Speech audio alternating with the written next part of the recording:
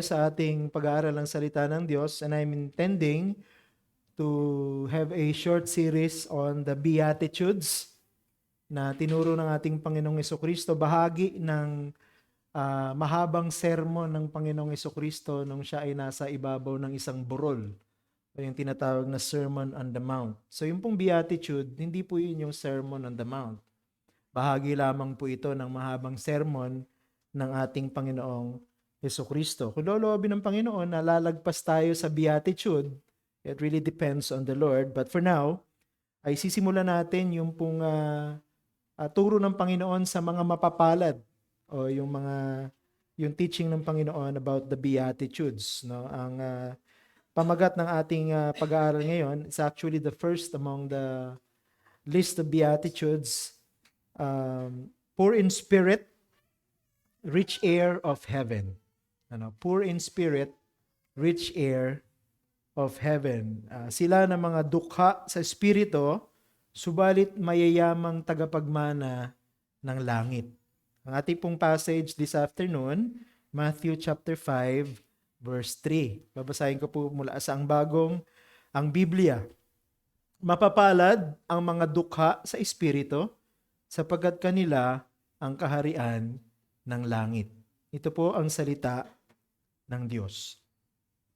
Meron pong isang kumpanya na naglalathala ng diaryo sa Amerika na ang pangalan ay Gazette Extra. Gumawa po sila ng isang research patungkol po sa koneksyon sa pagitan ng kahirapan at krimen. Okay, ito pong context nito ay sa Amerika, but I think yung kanilang conclusion is also applicable to any other country sa ibabaw ng mundo, including the Philippines, of course. Sa kanila pong analysis, ginamit po nila isang lumang data ng 2017 at ang kanila pong target city ay yung pong Janesville, Wisconsin. Nakipag-ugnayan po sila sa pulisya nitong syudad na ito at kumuha po sila ng mga address nung pong mga na-involve sa krimen nung pong taon na iyon. At napansin po nila na karamihan po sa mga kriminal ay matatagpuan dun sa mga lugar kung saan nakatira ang mga mahihirap na tao. Ang conclusion po nila base sa pag-aaral na ito, people arrested that year, 2017 pa po yan, live all over the city, but areas with lower income showed higher percentages of arrestees. Ibig sabihin, nung taon po na yan, 2017, bagamat maraming nahuhuling mga gumagawa ng krimen sa iba't ibang parte ng syudad na ito, ang pinaka maraming nahuhuli na percentage ng mga kriminal ay matatagpuan po dun sa mga lugar na mabababa ang level of income in the society.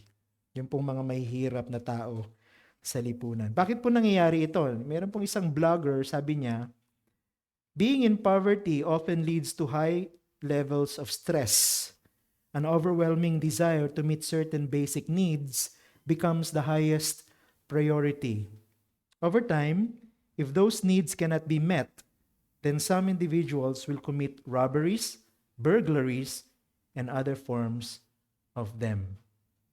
So sa mga lugar daw, may mga tao na, kumbaga, masyado silang pressured sa kanilang buhay dahil sa sobrang kahirapan. Yun ang issue dito sa survey at sa blog na ito. Nagkakaroon sila ng matinding desire na ma-provide yung mga pangangailangan nila. Dahil wala silang pera, ang nagiging paraan nila magnakaw, mang-hold up, alam mo yun, gumagawa sila ng krimen para makakuha sila ng pera na ipantutustos sa kanilang mga pangailangan dahil yun lang ang paraan para mawala yung problema nila. Yun ang sinabi ng blogger na ito. Now, yung pong ganitong klase ng kahirapan na madalas na nagtutulak sa maraming tao na kumapit sa patalim, hindi po kinalulugdan ng Diyos yun. Hindi po gusto ng Diyos yun na dahil mahirap ka, gumawa ka ng krimen. O dahil mahirap ka, magnakaw ka. O dahil mahirap ka, meron kang dahilan para mang-hold up. Hindi po yan sinasangayunan ng Panginoon. Sa mata ng Panginoon, yan po ay karumal-dumal na kasalanan. Ang Biblia po, hindi po sinasang-ayunan ang ganyang klase ng kaisipan at pamamaraan ng pamumuhay. Crimes cannot be justified by one's poorness. Yung krimen na ginawa mo, hindi mo pwedeng sabihin, kaya ako lang nagawa ito kasi matindi yung pangangailangan ng aming pamilya. Kaya ako lang nagawang magnakaw kasi yung anak ko ay nasa ospital at wala akong pambayad para siya ay maoperahan. Kaya lang naman ako sumama dun sa grupo ng hold up ng bangko. Kasi meron akong malaking pagkakautang at may banta sa buhay ko kaya ako nagawa yon. Hindi po yan sinasang-ayunan ng Diyos. Hindi po dahil mahirap ka kaya gumawa ng krimen, exempted ka na sa kabayaran ng kasalanan mo. Pero meron pong isang uri ng kahirapan na sinasang-ayunan ng Diyos. At meron pong uri ng kahirapan na hindi po nagtutulak sa tao na gumawa ng krimen. Meron pong uri ng kahirapan na nagtutulak sa tao na isuko ang buhay nila kay Kristo at gawin siyang Panginoon at tagapagligtas ng kanilang buhay. Gusto ko i-summarize yung ating pong pag-uusap ngayong hapon sa ganitong paraan. Only those who are poor in spirit are qualified to enter the kingdom of heaven.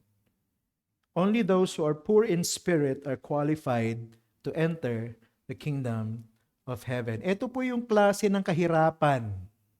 Silang mga mahirap o dukha sa espiritu ang meron pong pagkakataon o pahihintulutan ng Diyos na pumasok sa kanyang kaharian. So dalawang bagay po yung gusto kong bigyan ng diin sa ating pag-aaral. Number 1, the kingdom requires those who are poor in spirit.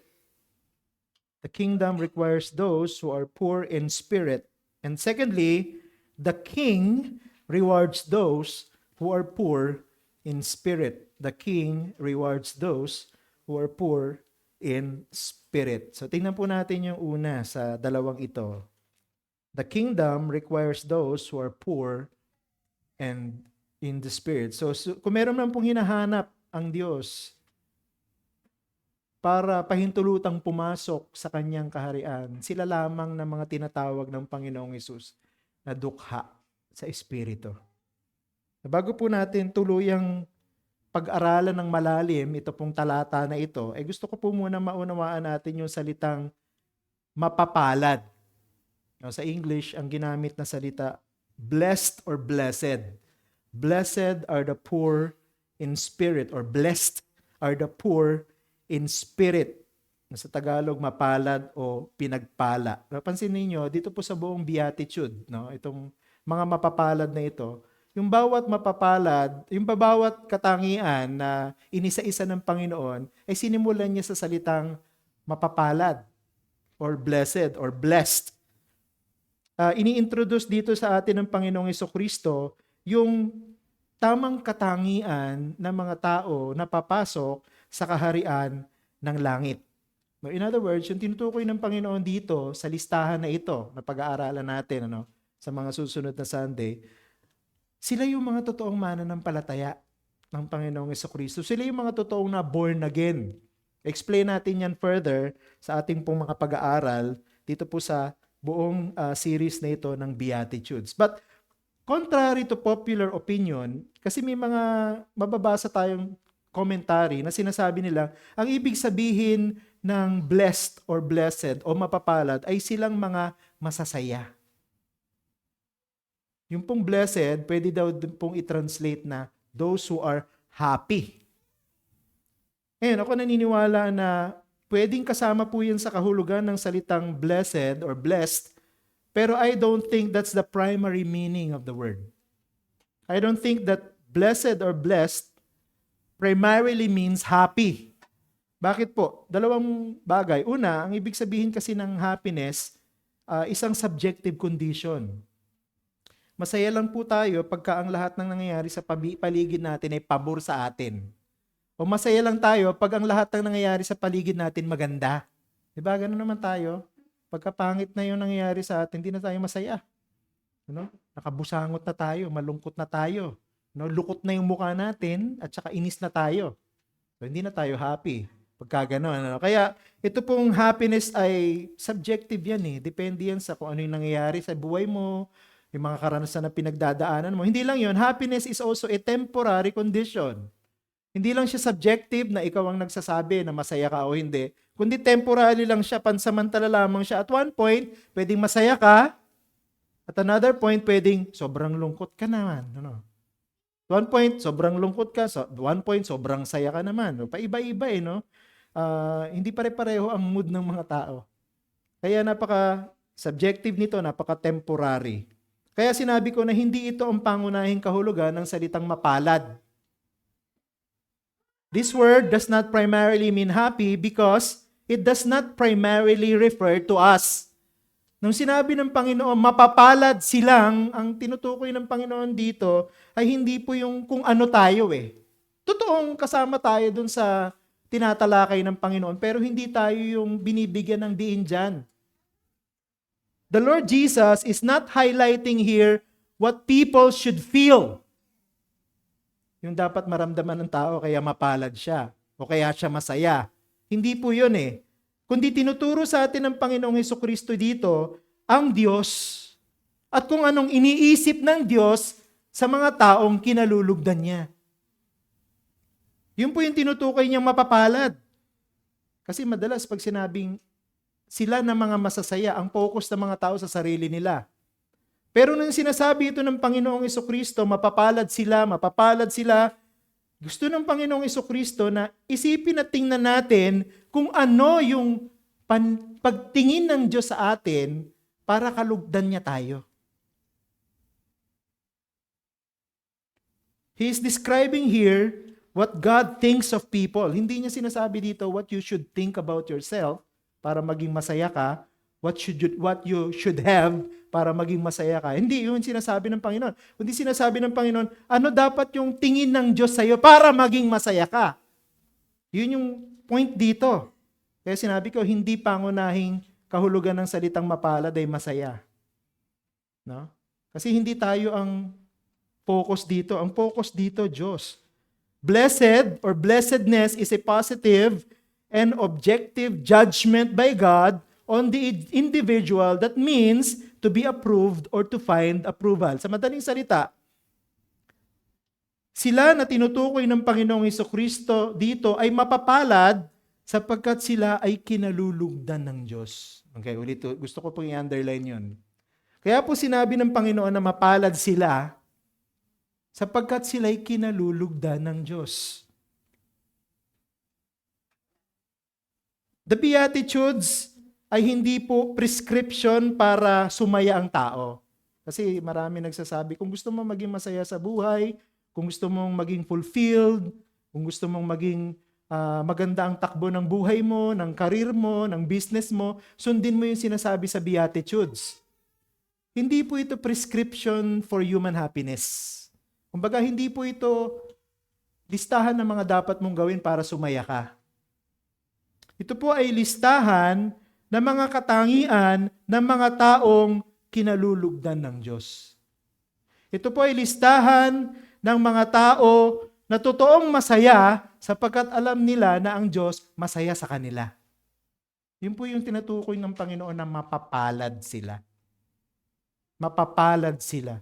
Masasaya sila. Bakit? Sapagkat sila ay mga tao na lumalakad ayon sa kagustuhan ng Diyos. So in other words, ito pong mga katangian na ito ay mga katangian na dapat taglay ng isang totoong Christian. Hindi ka magiging Christian pag ginawa mo itong mga to. Kundi kaya mo ginagawa itong mga to dahil Christian ka. At dahil Christian ka at ginagawa mo ang mga ito, masaya ang Diyos sa iyo. Kinalulugdan ka ng Diyos. At dahil kinalulugdan ka ng Diyos at masaya ang Diyos sa iyo, masaya ka din. Nakuha niyo po yung connection. Ano? So, totoong masaya ang ibig sabihin ng mapapalad, pero hindi dahil nagawa nila yung marapat nilang gawin, yung tama nilang gawin, kundi masaya sila kasi nalulugod ng Diyos sa kanila. Now, anong sinabi ng Panginoon sa ating unang bahagi? Mapapalad ang mga dukha sa Espiritu. Anong ibig sabihin?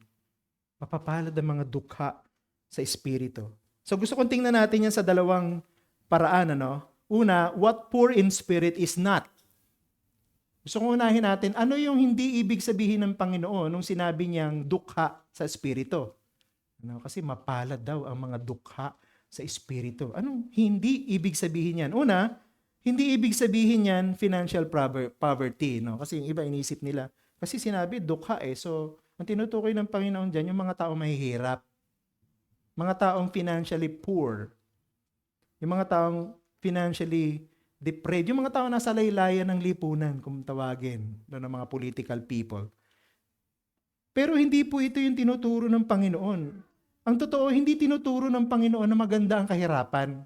Wala kang makikita sa Biblia na sinabi ng Diyos o sinabi sa Biblia na ang kahirapan ay maganda.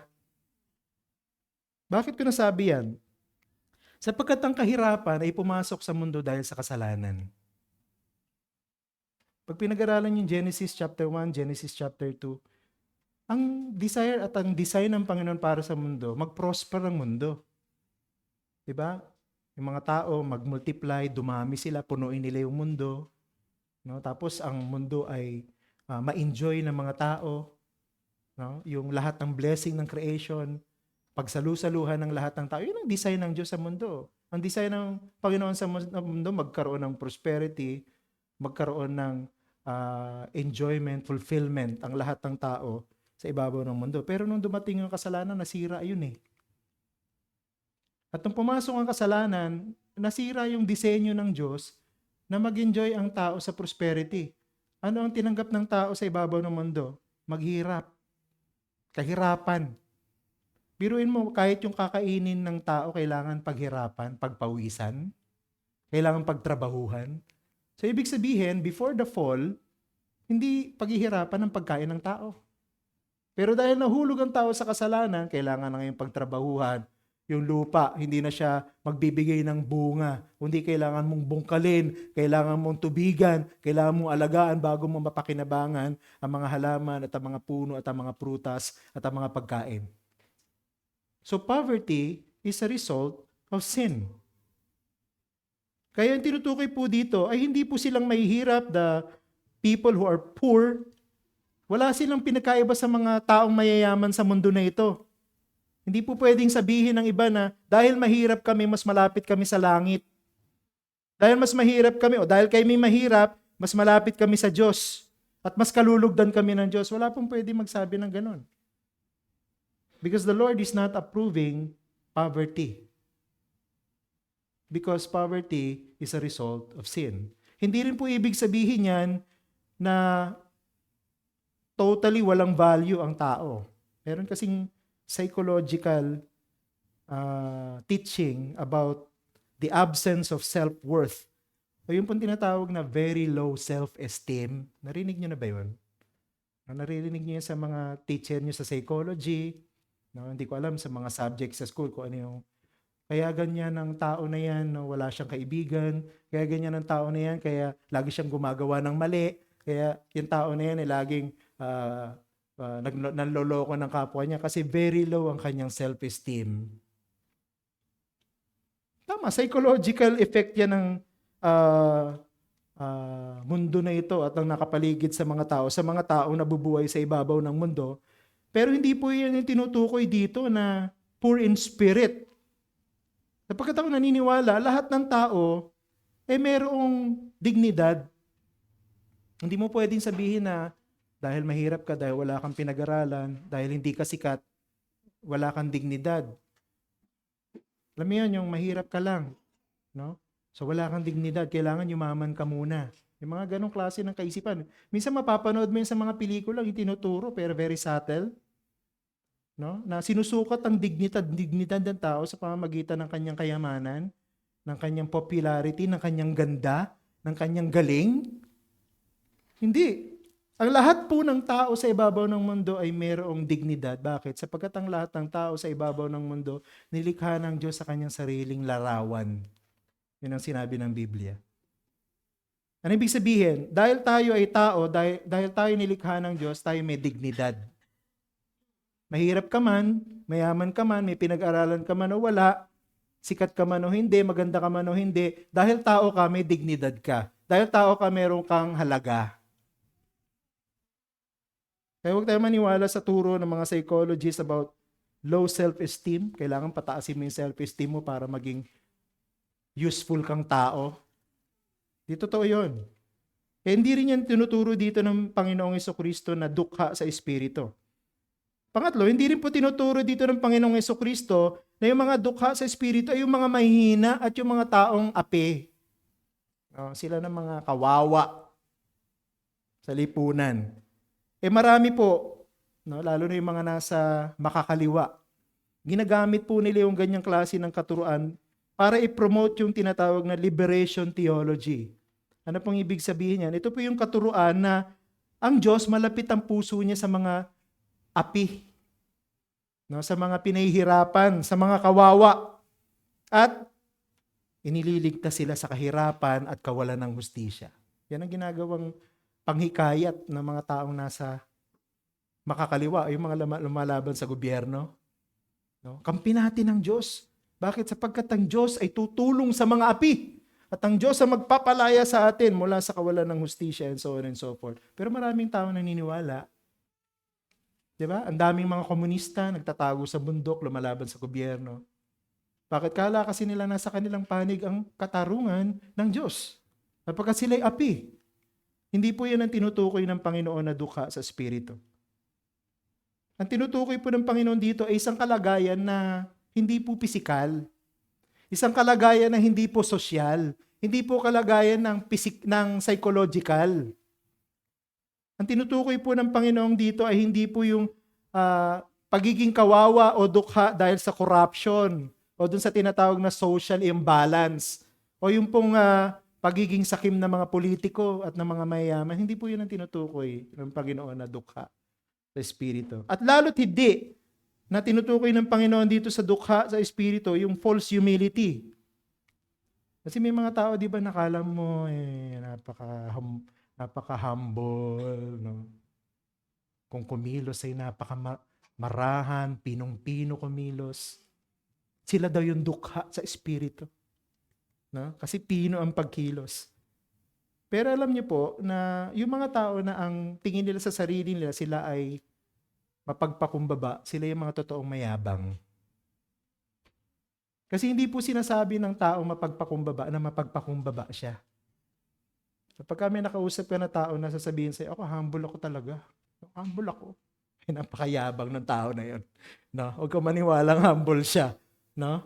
At sabi sa Biblia, ang Diyos ay lumalaban sa mga taong mayabang. No? Kaya po hindi tinutukoy ng Panginoong Jesucristo dito yung mga taong akala mo mapagpakumbaba at nagkukunwaring mapagpakumbaba para sabihin na sila'y dukha sa Espiritu. Ngayon, kung hindi ito ang lahat ng ibig sabihin ng pagiging dukha sa Espiritu, pumunta tayo sa pangalawa. What poor in spirit is? What poor in spirit is? Palagay ko ang susi dito ay maintindihan natin yung ginamit na original na salita dun sa salitang dukha o poor. Sa Greek po, yung ginamit po dito, literally, ang ibig sabihin, to crouch or cower like a beggar. To crouch or cower like a beggar. Alam niyo yung mga namamalimos na gumagapang sa kalsada, yung nakahandusay sa simento, no? Na hindi sila makalakad, no? Kita mo yung mga paa nila, maliliit, maninipis yung mga paa nila, tapos nang limos sila sa mga tao. Yun yung larawan ng salitang dukha na ginamit ng Panginoong Jesucristo dito. So figuratively, it means being helpless like a beggar. So yung tinutukoy po ng Panginoon na dukha sa Espiritu ay silang mga tao na walang kakayahan na tulungan ang kanilang sarili o kaya ipagkaloob sa kanila yung kanilang pangangailangan. Hindi po tinutukoy dito yung mga nakikita natin sa kalsada na namamalimos pero ang lalaki ng katawan. Minsan malaki pa katawan sa akin eh. Tapos nanlilimos, mas malalakas pa yung tuhod kaysa sa akin, nanlilimos. No? Wala namang sakit, wala namang putulang na bahagi ng katawan, no? Malakas naman sila pero nanlilimos. Hindi po yun yung dukha na tinutukoy dito, ha? Yung dukha na tinutukoy dito, yung po bang mga tao na kahit gustong-gusto nilang magtrabaho, wala silang makitang trabaho at walang mag-hire sa kanila. Kaya napipilitan sila na mamalimos sa kalsada. Bakit? Kasi umabot sila dun sa sitwasyon na sobrang desperado na nila na kung hindi nila gagawin na manghingi o mamalimos sa ibang tao, mamamatay sila sa gutom. Yun po yung kalagayan na tinutukoy ng Panginoong Hesukristo dito na dukha. Sila yung mga tao, spiritually speaking, na ina-admit nila sa kanilang sarili na wala silang kakayahan na makapasok sa kaharian ng langit sa pamamagitan ng kanilang sariling kapangyarihan. Maliban na lamang na mayroong magligtas sa kanila. Naalala niyo yung kwento patungkol dun sa alibughang anak? Yung alibughang anak na kinuha lahat niya mana niya, na buhay pa yung tatay niya, tapos winaldas niya lahat, prostitution, sa rangyang pamumuhay, sa malaswang pamumuhay, ginamit niya sa pagsusugal, sa paglalasing, and so on and so forth. Nung naubos na lahat yung pera niya, anong nangyari dun sa alibughang anak? Nakita niya yung kanyang sarili na mamamatay siya sa gutom kung hindi siya mamamalimos ng tulong mula sa ibang tao. Kaya kahit na siguro hindi kayang lunukin ng kanyang pride, alam niyo kung anong ginawa niya? Namasukan siya sa mga nag-aalaga ng baboy. Tapos, para mabusog siya, kinakain niya yung pagkain ng baboy. Pero hindi pa yun yung pinakasukdulan ng kanyang karanasan eh. Nung makita niya na hindi pa rin sapat yun na kinakain niya yung pagkain ng baboy, naalala niya yung tatay niya. At nung naalala niya yung tatay niya, sinabi niya sa sarili niya, nagkasala ako sa Diyos at saka sa langit. Babalik ako sa tatay ko at magmamakaawa ako na patawarin niya ako at tanggapin niya ako ulit. Ganun po yung dukha sa spirito na tinutukoy ng Panginoong Hesukristo dito. This is that kind of miserableness caused by the total inability of one person to provide his personal needs. Hindi niya kayang bigay yung kailangan niya, wala siyang power, wala siyang ability, kaya tinanggap niya na lang yung katotohanan na kailangan kong humingi ng tulong sa iba. Kailangan kong magmakaawa sa iba para masalba ang buhay ko na ito. Yun yung tinutukoy dito na dukha. Sila ng mga tao na tinanggap nila yung katotohanan na wala na silang pag-asa kung sa sarili lang nila sila titingin. At isa pa, sinabi ng Panginoon dito, dukha sa espiritu eh. 'Di ba? Kaya hindi po isa dun sa mga binanggit natin kanina ang ibig sabihin kasi lahat nun. Hindi sa espiritu eh. Iba sa isip, yung iba sa pera. Hindi yun ang tinutukoy na dukha eh. Kundi dukha sa espiritu. So kaya translate natin to ng mas simple, sinasabi diyan, kinalulugdan ng Diyos sila na tinatanggap ang kanilang pagiging desperado sa kanilang kawalan ng kakayahan na iligtas ang kanilang mga sarili, maliban na sila ay humingi sa Diyos ng tulong. Yun yung tinutukoy dito na dukha sa espiritu. In other words, poverty of spirit according to the Lord Jesus is that personal acknowledgement and declaration of spiritual bankruptcy. Yun po yung dukha sa spirito. Siya, tinanggap niya sa kanyang sarili na wala siyang pag-asa at hindi niya kayang iligtas yung sarili niya kasi lahat na ng paraan ginawa niya para makapasok sa langit, pero lahat ng paraan na ginawa niya, bigo. At lalo pa nga siyang napalayo sa langit sa lahat ng kanyang ginawang paraan.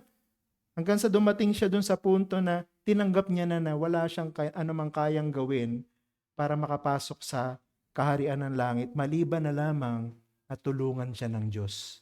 Yun yung pagiging dukha sa espiritu. Naunawaan niya na yung alok ng ebanghelyo na kaligtasan sa pamamagitan ni Hesukristo ang tanging niyang pag-asa. Tinanggap niya yung turo ng Biblia na mapapawalang sala lang siya ng Diyos kung yung katuwiran ni Kristo ay magiging katuwiran niya. At magiging katuwiran niya lamang yung katuwiran ni Kristo kung siya ay magkakaroon ng pananampalataya kay Hesukristo. Katulad ng isang desperadong tao na namamalimos sa kalsada, patuloy siyang manghihingi ng awa sa Diyos hanggang ibigay ng Diyos sa kanya ang kanyang hinihinging kaligtasan. Ito po yung mga taong dukha sa Espiritu. Yung bang tao na alam niya na yung kaluluwa niya pupunta sa impyerno kung hindi siya ililigtas ng Diyos. At dahil alam niya na papunta sa impyerno yung kanyang kaluluwa, desperado yung sitwasyon niya, miserable yung buhay niya. Nasa panganib ang buhay niya. At dahil nakita niya yung panganib na yun, kailangan niya humingi ng saklolo sa iba. Para bang isang tao na marunong nga siyang lumangoy, pero nung nandun na siya sa gitna ng dagat, pinupulikat na siya, hindi niya na kaya iligtas ang sarili niya. Nakita niya nalulubog siya at malulunod siya. Ang tangi na lang pag-asa para maligtas siya, sisigaw siya ng malakas at hihingi ng saklolo kung sino man ang pwedeng tumulong sa kanya at mag-ahon sa kanya sa tiyak na pagkalunod. Ganon yung kalagayan ng isang taong dukha sa Espiritu. Hanggat hindi mo nakikita yung kalagayan mo sa ganon, na desperado ka, walang pag-asa para sa iyo kung hindi ka tutulungan ng Panginoong Jesucristo, hindi ka maliligtas. At kung hindi mo makikita yung sarili mo na gano'n, na kailangan mo ang Panginoong Jesucristo para maligtas ka, hindi ka papasok sa kaharian ng langit. Kailangan magkaroon ka ng ganong klase ng kalagayan, maging dukha ka sa Espiritu. Kailangan tanggapin mo na kailangan iba ang tumulong sa iyo para makapasok ka sa kaharian ng langit. Hindi mo kailangan ng sarili mo. O hindi mo kailangan ng church. O hindi mo kailangan ng good works para maligtas ka. Kailangan mo ang Diyos para maligtas ka. Saka ka lang magiging dukha sa Espiritu. Punta tayo sa pangalawang major point. No? The king rewards those who are poor in spirit. Now, tingnan natin yung reward statement dun sa verse 3 ng chapter 5. Anong sabi diyan? Sapagkat kanila ang kaharian ng langit. Gusto ko makita natin sa dalawang aspeto yung gantimpala para sa mga dukha sa Espiritu. Isang limited at isang definite. Tingnan natin yung dalawa na ito. Number 1, heaven is only for those who are poor in spirit. Ito yung tinutukoy kong limited reward. Heaven is only for those who are poor in spirit. Now, there is something very interesting dun po sa sinabing o ginamit na salitang kanila. Sabi diyan, ano? Sapagkat kanila ang kaharian ng langit. Sa original po, ang ginamit po dito na salita ay theirs and theirs alone. So parang kanila at kanila lamang. No?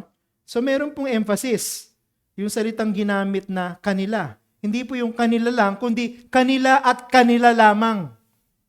Binigyan ng diin ng Panginoon. Sa Biblia, pag pinaulit-ulit ang isang salita, ibig sabihin binibigyan nyo ng diin. Na holy, holy, holy is the Lord God Almighty. Paulit-ulit yung salitang holy kasi ine-emphasize that the Lord is holy and there is no one who is like Him in His holiness. So that's emphasis. Emphatic yung ginamit na Panginoon dito sa salitang kanila. Kanila at kanila lamang. Ibig sabihin, ang kaharian ng Diyos ay para lamang sa kanila na dukha sa Espiritu. Hindi po siya offered sa kanino man, maliban sa kanila na dukha sa Espiritu. Pangalawa, it is also an exclusive word, no? Hindi lang siya emphatic word, exclusive word din siya. Ibig sabihin, God Himself is preventing others from entering His kingdom. Ibig sabihin, hindi po pinapahintulutan ng Diyos na pumasok ang lahat sa langit. Kasi meron pong mga nagtuturo ngayon, ano? Yung mga Arminians, yung mga semi-Pelagians and Pelagians, no? Na extreme Arminians, tinuturo nila na ang lahat ng tao sa ibabaw mo ng mundo maliligtas. Walang taong pupunta sa impyerno. Alam niyo kung ano yung dahilan nila? Sapagkat hindi sila naniniwala na ang Diyos kayang itapon ang tao sa impyerno. Biruin mo, sila na nag-decide para sa sarili nila kung ano yung gusto at hindi gusto ng Diyos. Hindi na sovereign ng Diyos eh. Sila na yung sovereign sa Diyos eh. No? Kaya sabi nila, hindi kami naniniwala na may taong pupunta sa langit. Lahat ng tao pupunta sa langit. Napaka-extreme ng turo na yun. Pero dito makikita mo yung isa sa mga proof that is erroneous teaching. Bakit? Sabi dito, ang ginamit ng Panginoon na salita, kanila, exclusive. Those who do not demonstrate this desperateness in spirit, na hingin ang kaloob ng Diyos na awa at kaligtasan, hindi sila maliligtas. Naniniwala po tayo na yung gospel dapat ipangaral sa lahat. Wala tayo dapat pinipili na ito dapat mukhang mayaman ito. Pangaralan natin to ng ebanghelyo. Ito, mukhang mabait ito. Pangaralan natin to. Hindi ganun ang pangaral ng ebanghelyo. Ang ebanghelyo bukas para sa lahat. Ang pangangaral ng ebanghelyo walang pinipili. We preach the gospel indiscriminately. Yun ang reason behind our missionary or evangelistic efforts. The gospel must be preached to all people. Pero kailangan din nating tanggapin, maging ang Biblia sinasabi yan, na hindi lahat ng tao nakakapakinig sa pangangaral ng ebanghelyo nagiging Kristiyano. Ulitin ko. Bagamat pinapangaral natin sa lahat ng ebanghelyo, hindi po lahat na nakakapakinig ng pangaral ng ebanghelyo ay nagiging mananampalataya. Not everyone who hears the gospel accepts it. At dito natin naiintindihan yung sinabi ng Panginoon na sila lamang mga dukha sa Espiritu ang papasok sa kaharian ng langit. Maliban ang isang tao, aminin niya na siya is spiritually miserable, desperate, and bankrupt. Hindi niya sasabihin sa Diyos, kailangan niya ng Diyos at ng tulong ng Diyos at kailangan niya ang Diyos na iligtas siya. So this poorness in spirit, yung resulta ng pagkilos ng Espiritu Santo sa buhay ng isang makasalanan para makita niya yung kanyang sarili mapapahamak kundi siya ililigtas ng Diyos. Ito yung bunga ng Espiritu sa buhay ng isang tao na binabasag ang kanyang kayabangan at ipinapakita sa kanya na kailangan niyang magpakababa sa harapan ng Diyos, kailangan niyang magmakaawa sa Diyos na ito na siya ay bigyan ng kapatawaran at bigyan ng buhay na walang hanggan. Unless maranasan ng isang tao yon, hindi natin pwedeng sabihin, dukha siya sa Espiritu. At malibang pagdaanan ito ng isang tao, yung ganong klase ng pagiging desperado and spiritual bankruptcy, he will never be saved. Hindi siya papasok dun sa makipot na daan. Hindi siya mananampalataya na si Kristo lang ang tagapagligtas. At hindi niya sasabihin na kailangan niya ang Panginoon bilang hari ng kanyang buhay. Hindi niya isusuko ang kanyang buhay sa Panginoon. Na siya lamang ang masusunod. Ang Panginoon lamang ang masusunod sa lahat ng desisyon na gagawin niya sa kanyang buhay. Kailangan maging dukha sa Espiritu ang isang tao para siya maborn again. Kailangan maging dukha sa Espiritu ang isang tao para makita niya na kailangan niya si Jesus Christ as personal Lord and Savior. And He will commit His life to Him. Susuko niya yung buhay niya sa Kanya. Pangalawa at huli, heaven can be enjoyed by those who are poor in spirit now. Ito po yung isa sa mga misconception na umiiral sa maraming iglesia ngayon. Na ang ebanghelyo ay nag-o-offer lamang ng langit bilang isang future experience. Ano ibig sabihin? Marami nangangaral ngayon, pagka tinanggap mo si Jesus bilang tagapagligtas, pag namatay ka, ang kaluluwa mo pupunta sa langit. Yun ang kaligtasan para sa kanila. The benefits of becoming a member of the kingdom of God are to be enjoyed only when we go to heaven. Ibig sabihin, pag nandito ka sa lupa, hindi mo mararanasan yung langit. Bakit? Impyerno nga itong lupa eh. Sasabihin nila sa iyo, di ba nandito yung lahat ng klase ng krimen, lahat ng klase ng kasamaan, corruption, crime. Nandito lahat sa lupa. Kaya sabi ng iba, walang langit, pero mayroong impyerno. Kaya ang turo ng iba, hindi mayroong langit. Kaya lang, pagka namatay ka na dito sa mundo, tsaka mo lang ma-experience yung kasayahan ng langit. Pero hanggat nandito ka sa mundo, magdusa ka muna sa impyerno. Mali yun. Mali yun, ano? Totoo na tatanggapin natin ang buong blessing ng heaven pag nandun na tayo sa new heaven and new earth. Pero, kahit na tayo po ay nandito sa lupa, pwede nating ma-enjoy ang heaven. Ulitin ko yan. Kahit na po tayo ay nandito sa lupa, pwede nating ma-enjoy ang heaven. Pero kailangan maging dukha ka muna sa Espiritu. Kailangan maging Christian ka muna.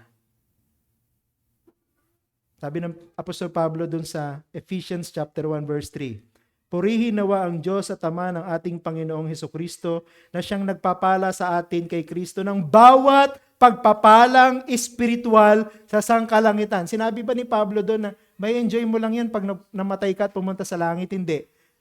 Sinasabi ni Apostol Pablo yan sa mga mananampalatayang bumabasa na ito sa Efeso, kapagkat itong mga pagpapala na ito na sinabi niyang mga pagpapala na espiritual sa sangkalangitan, dapat dinadanas at nai-enjoy na ng mga Christian ngayon habang nabubuhay sa ibabaw ng mundo.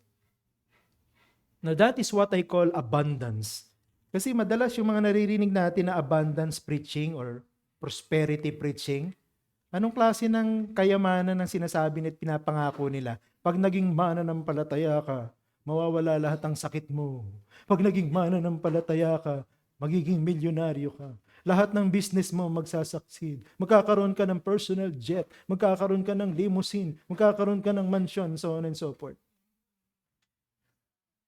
Pero pag tiningnan mo kung sino yung merong personal jet, merong mansion, merong maraming pera, merong maraming alahas, merong maraming property, yung pastor, hindi yung miyembro.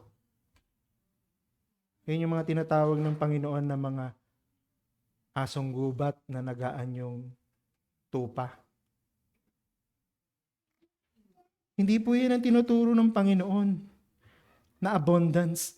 Ang tinuturo ng Panginoon, spiritual abundance kahit nandito tayo sa ibabaw ng mundo. Spiritual abundance. Bakit? Kasi ang mundo temporary lang yan. Pero kahit temporary lang ang mundo, we can still enjoy spiritual abundance. Yun yung pinangako doon sa Ephesians chapter 1 verse 3. Balikan mo yung Ephesians chapter 1, makikita mo doon yung lahat ng blessing. Nagkaroon tayo ng short series doon ng sermon. Doon sa Ephesians chapter 1 verses 3 to 14. Inisa-isa natin yung spiritual blessing na sinabi ni Apostle Paul. At lahat yun, nai-enjoy natin ngayon. Habang nandito tayo sa ibabaw ng mundo. Kahit na itong mundo na to temporary lang. Bakit? Sapagkat patikim yan ng eternal satisfaction and abundance. Ang totoong abundance natin, ang totoong satisfaction natin, pag bumalik na yung Panginoon. At pag pumasok na tayo sa bagong langit at sa bagong lupa. Ang Panginoong Jesucristo mismo, di ba, nagdusa siya. Ang Panginoong Jesucristo naging dukha. Bakit ginawa ng Panginoon yun? Yun ang pattern natin eh. Kung sasabihin ng iba, kailangan maging mayaman ka dito sa mundo para makapasok ka sa langit. Ang Panginoon ba mayaman nung nandito siya sa mundo? Ang Panginoon ba may sariling bahay nung nandito siya sa mundo? Wala. Anong sabi ng Apostol Pablo? Dito po sa 2 Corinthians chapter 8 verse 9, sapagkat nalalaman ninyo ang biyaya ng Panginoong Jesucristo na bagaman siya'y mayaman, subalit alang-alang sa inyo ay naging dukha upang sa pamamagitan ng kanyang kadukhaan ay maging mayaman kayo. Kita mo yun? Ang Panginoon, mayaman siya. Bakit? Siya ang creator of all things. Nandun siya sa langit. Pero nagkatawang tao siya at nabuhay siya bilang dukha. Para yung mga dukha na katulad natin maging mayaman. Ano ibig sabihin nun? Dahil sa pagiging dukha ng Panginoon, dahil sa kanyang sakripisyo at sa kanyang pag-aalay ng kanyang sarili sa krus ng Kalbaryo, yung mga totoong dukha, pwedeng maging mayaman sa mata ng Diyos. Pwedeng maging anak ng Diyos. Pwedeng ampunin ng Diyos. Pwedeng makapasok sa kaharian ng Diyos. Sila na mga mahirap at dukha sa espiritu.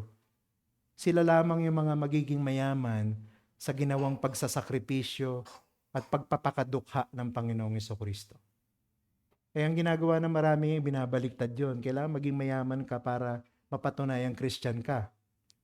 Pero ang sabi ng Panginoon, hindi. Kailangan maging dukha ka sa Espiritu para mapatunayang Christian ka. Nakita mo yung malaking pagkakaiba. So I urge you, brothers and sisters, stop nyo na yung pag-torture ninyo sa inyong sarili sa pamamagitan ng self-pity. Ay, kawawa naman ako. Totoong Christian ako, member ako ng CRRC. Pero ang hirap ko, wala akong pera. No, ang bahay ko, sira-sira. No, ang bahay ko, pangit. No? Wala akong magandang damit, wala akong pera sa bangko, wala akong sarili kong magandang sasakyan, so on and so forth. Kawawa naman ako. Itigil nyo na po yan. Kung Kristiyano kayo, bagamat talagang dukha tayo sa Espiritu at talagang dapat nagdurusa tayo sa ibabaw ng mundo, anak tayo ng hari. Anak tayo ng hari. Bagamat mahirap tayo ngayon, tagapagmana tayo ng langit. Tagapagmana tayo ng bagong langit at bagong lupa. At itong kahirapan natin na ito at pagiging dukha natin na ito, sa espiritu man o sa totoong kalagayan sa mundo na ito, pansamantala lang yun. Kapag sa muling pagbabalik ng ating Panginoong Jesucristo sa kanyang huling pagparito, tatanggapin natin yung ating mana. At yung mana natin, bagong langit at bagong lupa. Wala tayong sapat na panahon para pag-usapan yung bagong langit at bagong lupa. Pero if you will understand kung anong ibig sabihin nun, maintindihan mo kung ano ibig sabihin ng kayamanan. Kung hindi ka naman mananampalataya, sana wag kang manatiling nagiging masaya sa iyong sariling kayamanan. Pagka pinipilit mo na kaya mong maligtas na wala si Kristo, ikaw ang totoong mayabang. Bakit? Ginawa na nga ni Kristo ang magpakahirap para ialok sa iyo ang buhay na walang hanggan. Gusto mo pa rin paghirapan yung sarili mong paraan papasok sa langit. Si Kristo lang ang paraan para matanggap mo yung paraan ng pagpasok sa kaharian ng Diyos. Kailangan maging dukha ka sa Espiritu. Kailangan kilalanin mo na hindi mo kayang iligtas ang sarili mo. Kailangan mo si Jesus para iligtas ka. Ipanalangin mo. Manalangin ka ngayon. Pakita mo sa Panginoon na wala kang tiwala sa sarili mo. Desperado ka sa sarili mo. Hindi mo kayang iligtas ang sarili mo. At wala kang pag-asa kung hindi ka niya kakaawaan at kung hindi ka niya bibigyan ng buhay na walang hanggan. Sa gayon, maranasan mo. Maborn again. Maranasan mo maging duka sa Espiritu. At maging kasama ka sa mga tagapagmana ng kaharian ng Diyos. Manalangin po tayo. Salamat, Panginoon, sa napakagandang paalala na ito. Isa sa mga katangian ng mga mapapalad. Sila'y mapapalad sapagkat sila'y kinalulugdan ng Diyos, sapagkat sila'y dukha sa Espiritu. At dahil dyan, dahil sa kanilang pagiging spiritually bankrupt, dahil nakikita nila wala silang kakayahan na iligtas ang sarili nila, maliban sila'y kaawaan at tulungan ni Jesucristo, tatanggapin nila ang kaharian ng langit. Yun ang sinabing reward ng hari sa mga totoong nakakakilala ng kanilang pagiging dukha. Sana po marami po dito sa mga nakikinig ngayon, makita nila ang kanilang karukaan. Hindi sila yung nagsiself-pity o kaya ay mababa ang self-worth or self-esteem. Hindi. Sila yung mga tao nakakaintindi spiritually, ay wala silang paraan para iligtas ang kanilang sarili. At ang kanilang pagpupumilit na iligtas ang kanilang sarili, lalo lang silang nalulubog sa daan papunta sa impyerno. Pero may pag-asa. Kapag sila ay tumawag sa Panginoon at umamin sa Panginoon na hindi nila kayang iligtas ang kanilang sarili, malibang tulungan sila ni Jesus at iahon sila sa kanilang kinalalagyang pagdurusa patungo sa impyerno, hindi sila maliligtas. Maawa po kayo sa kanila, Panginoon. Sana makita nila na kailangan nila si Jesus at si Jesus lamang ang pwedeng magligtas sa kanila. At humingi sila ng tulong hanggang kaya pa nila. Dahil baka dumating yung panahon na hindi nila kayang tumawag sa Panginoon at hindi na nila kayang humingi pa ng tulong para sila maligtas. Ngayon pa lang, sana'y gawin na nila ito. Aminin nila ang kanilang pagiging dukha sa Espiritu at talagang maranasan nila ang pagliligtas at pagpasok sa daan patungo sa kaharian ng langit. Ang lahat tayong idalangin namin sa pangalan ni Jesus namin, Panginoon. Amen.